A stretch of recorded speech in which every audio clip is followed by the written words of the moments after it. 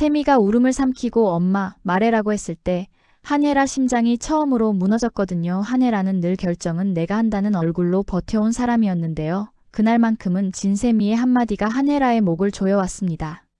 진태석은 너무 조용히 웃고 있었고 그 조용함이 오히려 더 폭력적으로 느껴졌습니다. 주하늘은 손목이 묶인 채로도 끝까지 눈을 올려 한혜라를 보더라고요. 어머니 하지 마요. 주하늘의 목소리는 낮았지만 단호했고 그 단호함 속에는 내가 감당할 테니 당신은 더 망가지지 말라는 이상한 보호 본능까지 섞여 있었습니다. 한혜라는 그 순간 두 개의 얼굴 사이에 끼었는데요. 건양그룹의 어머니로서 모든 판을 읽고 지시하는 한혜라와 친엄마라는 이름을 한 번도 제대로 살지 못한 한혜라가 서로를 물어뜯고 있었거든요. 진태석이 요구하는 건 스위스 계좌 비밀번호였지만 한혜라는 직감했습니다. 진태석이 진짜로 원하는 건 숫자가 아니고 누가 날 버렸는지를 확인할 기회라는 걸요. 그래서 더 무서웠습니다. 비밀번호를 주면 돈이 열리는 게 아니라 칼이 열릴 것 같았으니까요. 진세미는 떨리는 턱으로 주하늘을 바라봤습니다. 진세미는 주하늘이 다치면 모든 게 끝이라는 걸 알고 있었고 그걸 알면서도 자신이 겁에 질려 엄마, 말해라고 해버린 게 더 괴로워 보였는데요. 진세미는 울지도 못하고 숨만 삼켰습니다. 나 때문에 하늘 오빠. 진세미가 그 말까지 꺼내자 주하늘은 잠깐 눈을 감더니 고개를 아주 미세하게 흔들었습니다. 세미야, 내 탓 아니야. 우리를 이렇게 만든 사람들 탓이야. 주하늘은 진태석을 보면서도 결국 한혜라 쪽으로 시선을 돌렸는데요. 주하늘의 눈빛은 제발 더는 나를 이용하지 말라는 말처럼 보였습니다. 진태석은 그 눈빛을 읽고 더 즐기는 사람처럼 굴었습니다. 주하늘, 너는 참 희한해요. 너희 어머니가 너를 살릴 수 있는데도 내가 말리네. 진태석은 어머니라는 단어를 일부러 씹어뱉듯 내뱉었습니다.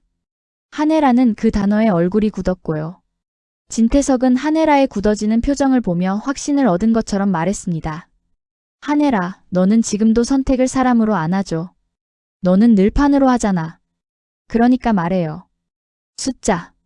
지금. 한혜라는 입술이 갈라질 정도로 꽉 다물었습니다. 머릿속에서는 차정원의 얼굴이 떠올랐습니다. 차정원은 이미 옥상 사고 영상은 조작이라는 발표로 프레임을 비틀어 버렸고 진태석에게서 비자금 명단까지 뽑아낼 쥐인 상태였는데요. 차정원은 단순히 살아남으려는 사람이 아니었습니다. 차정원은 자신을 꺾어버린 세상 전체를 한 번쯤 뒤집어보고 싶은 사람처럼 움직였고 그 과정에서 가장 먼저 노리는 건 늘 한혜라였거든요. 한혜라는 차정원을 며느리로 부르면서도 그 속에서 자신이 버린 딸을 계속 보고 있었고요. 그게 한혜라를 더 잔인하게 만들기도 더 흔들리게 만들기도 했습니다. 그때 한혜라의 또 다른 휴대폰이 진동을 울렸습니다. 화면에는 공난숙 이름이 떠 있었는데요. 한혜라는 인질 앞에서 전화를 받을 수가 없었습니다. 그런데도 공난숙은 끈질겼고 결국 문자가 연달아 들어왔습니다. 혜라 씨, 스위스 계좌에서 돈 빠진 거 확인했죠? 나만 가져간 거 아니에요. 누가 더 가져갔는지도 궁금하죠? 한혜라는 숨이 막혔습니다. 진태석이 비밀번호를 요구하는 타이밍에 공난숙이 이런 메시지를 던지는 건 우연이 아닌 냄새였거든요. 계좌는 이미 털렸다. 비밀번호는 시작일 뿐이다. 그 말이었습니다. 한혜라는 계산을 시작했는데요. 지금 여기서 비밀번호를 불러주면 주하늘과 진세미는 살 수 있습니다. 그러나 진태석도 살고 진태석이 살아있는 한차정원의 비자금 명단도 한혜라의 권력도 주영채의 약점도 전부 진태석의 칼 아래로 들어갑니다. 반대로 비밀번호를 끝까지 숨기면 진태석은 더 잔인해지고 주하늘과 진세미는 정말 위험해집니다. 이 선택지에서 한혜라가 평소처럼 판만 보고 움직이면 답은 하나였는데요. 비밀번호를 미끼로 진태석을 꺾는다 쪽이었습니다. 그런데 오늘은 달랐습니다. 오늘은 주하늘이 눈앞에 있고 진세미가 눈앞에 있고 한혜라가 오래 감춰둔 엄마라는 단어가 목구멍까지 차오르고 있었거든요. 한혜라는 결국 차정원에게 메시지를 보냈습니다. 짧게, 아주 짧게 보냈는데요. 지금. 이 한 단어였습니다. 차정원은 이 한 단어를 보고도 모든 걸 알아차리는 사람처럼 움직였습니다. 차정원은 이미 김수석과 접촉해둔 상태였고 김수석은 진태석이 미쳐 날뛰는 걸 바라보는 위치의 사람이었는데요. 차정원은 김수석에게 다시 메시지를 보냈습니다. 진태석이 인질을 잡았어요. 지금 묵지 않으면 다음은 당신 차례예요. 차정원은 메시지를 보내면서도 손이 살짝 떨렸습니다. 차정원은 사람을 흔드는 데 익숙하지만 사람 목숨이 바로 눈앞에서 흔들리는 판은 또 달랐거든요. 차정원은 스스로에게 말했습니다. 나는 감정으로 무너지지 않아. 그런데 그 말이 먹히지 않는 순간이 오고 있었습니다. 그 순간의 이름이 주하늘이었고 진샘이었고 그리고 한혜라였으니까요. 주영채는 다른 곳에서 완전히 다른 지옥을 겪고 있었습니다. 주영채에게는 진세훈이 연락이 끊긴 사람이었고 그 공백이 주영채의 정신을 갉아먹고 있었거든요. 주영채는 진태석과 거래를 하다가 스위스 계좌 비밀번호를 가져오면 진세훈을 찾아주겠다는 조건을 들은 이후로 스스로를 미워하기 시작했는데요. 진세훈을 찾고 싶은 마음이 진태석의 칼을 더 날카롭게 만들었다는 사실이 주영채를 숨도 못 쉬게 했습니다. 그래서 주영채는 차정원을 찾아왔습니다. 주영채는 차정원의 눈을 보며 말했습니다. 당신이 가진 비자금 명단 그거 진짜면 우리 세훈 찾을 수 있어요? 차정원은 주영채의 질문에서 진세훈보다 죄책감을 먼저 읽었습니다. 차정원은 아주 느리게 고개를 끄덕였는데요. 찾을 수 있어요. 근데요, 주영채 씨. 세훈을 찾는 순간 당신이 지키고 싶은 사람이 누구인지도 같이 드러나요. 주영채는 그 말이 너무 아파서 웃음 같은 숨을 내뱉었습니다. 나 지키고 싶은 사람 나도 모르겠어요. 그냥 무너지는 게 무서워요. 그 무렵 진태석은 한혜라의 침묵에 지쳐가고 있었습니다. 진태석은 침묵을 못 견디는 사람이 아니었는데요. 진태석은 상대가 침묵할 때 가장 잔인해지는 사람이었습니다. 한혜라, 마지막 기회 줄게요. 진태석이 말하면서 주하늘의 머리카락을 잡아당겼고 주하늘의 목이 휘청했습니다. 그때 주하늘이 아주 작게 웃더라고요. 진태석은 그 웃음을 이해 못했습니다. 주하늘은 진태석에게 웃은 게 아니었습니다. 한혜라에게 웃은 거였는데요. 어머니는 늘 이 순간에 강해지니까 이번에도 강해질 거다. 그런 믿음 같은 체념이 섞인 웃음이었습니다. 그 웃음이 한혜라를 더 미치게 만들었습니다. 한혜라는 내가 만든 아이가 나를 믿는다는 사실이 너무 끔찍했거든요. 그 믿음이 사랑이 아니라 통제의 결과였으니까요. 한혜라는 결국 입을 열었습니다. 진태석 들어. 한혜라가 이름을 부르는 순간 진태석의 눈빛이 번쩍했는데요. 한혜라는 숫자를 말하는 대신 조건을 던졌습니다. 진세미부터 풀어. 주하늘 손부터 풀어. 그러면 네가 원하는 걸 말해줄게. 진태석은 비웃으려다가 갑자기 멈칫했습니다. 한혜라의 말투가 평소와 달랐거든요. 평소에 한혜라는 명령만 했고 협상은 상대에게 맡겼습니다. 그런데 지금 한혜라는 협상을 하고 있었고 그 협상은 사람을 살리기 위한 협상이었습니다. 그게 진태석에게는 낯설었습니다. 그때 문 바깥에서 작은 소란이 들렸습니다. 발소리, 무전기, 누군가가 누군가를 막는 소리. 진태석은 귀로 먼저 판을 읽는 사람이라 바로 알아챘습니다. 누가 움직였어? 진태석이 이를 악물었습니다. 주하늘도 알아챘고 주하늘은 한혜라를 봤습니다. 어머니 차정원. 주하늘은 끝까지 차정원 이름을 직접 말하지 않으려 했는데요. 주하늘이 그 이름을 말하면 한혜라가 더 흔들릴까 봐 두려운 표정이었습니다. 그리고 그 순간 진세훈이 나타났습니다. 진세훈의 얼굴은 멀쩡하지 않았고 그 멀쩡하지 않은 얼굴이 오히려 진짜처럼 보였는데요.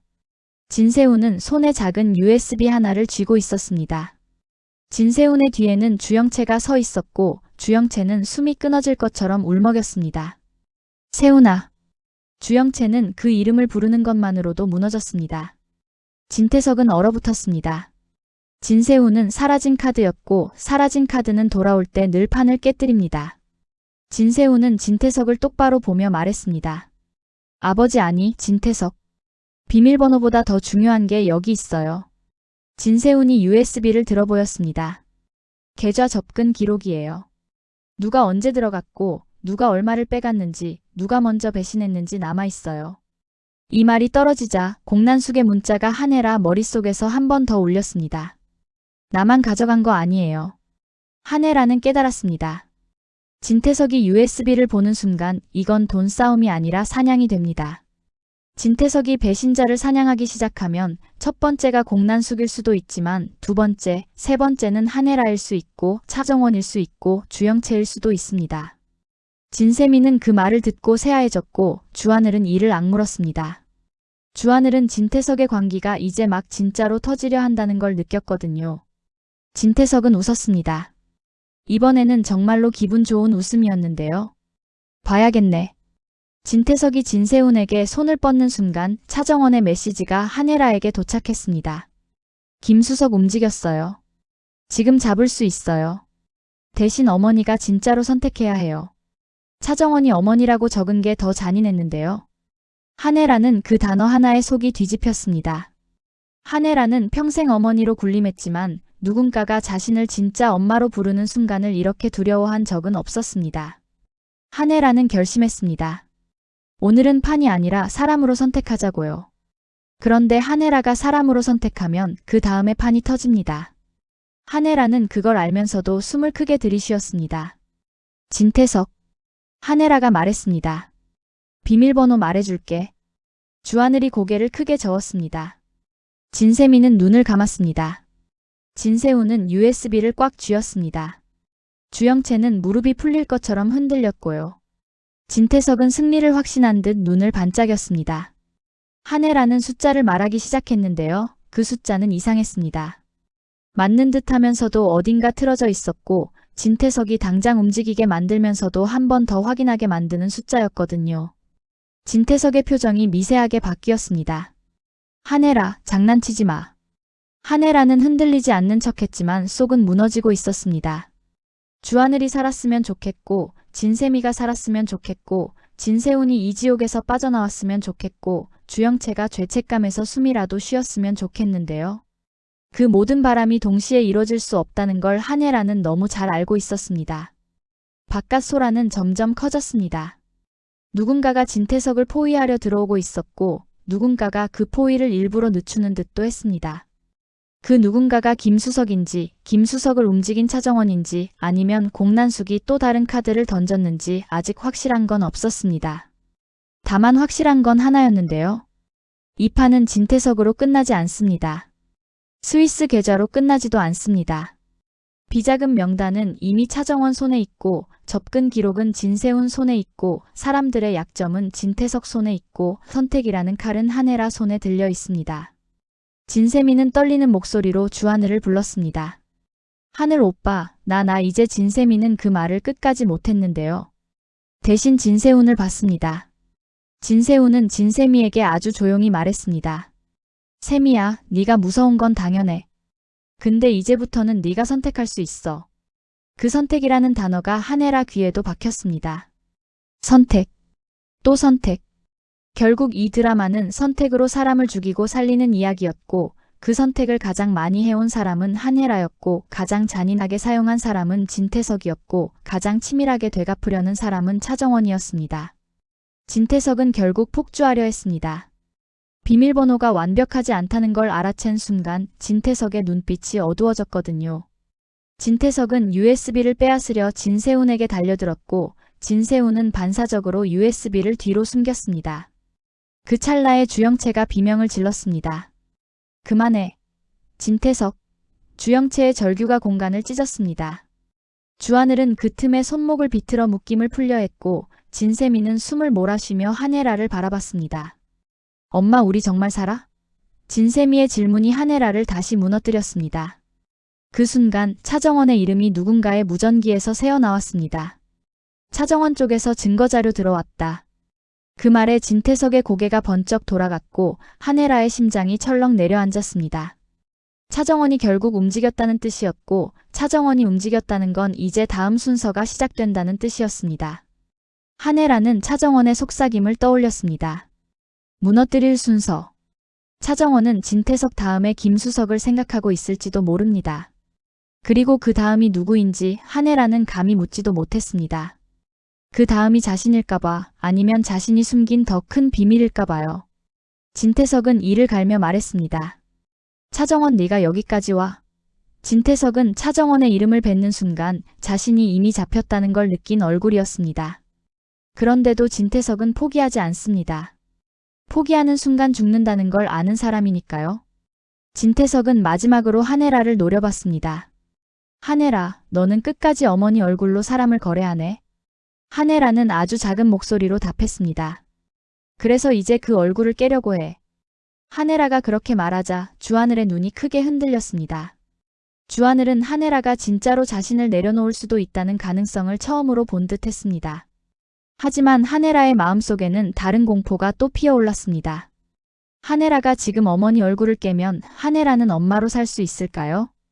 아니면 그냥 권력을 잃고 버려진 사람이 될까요? 차정원은 그 빈틈을 기다리고 있을까요?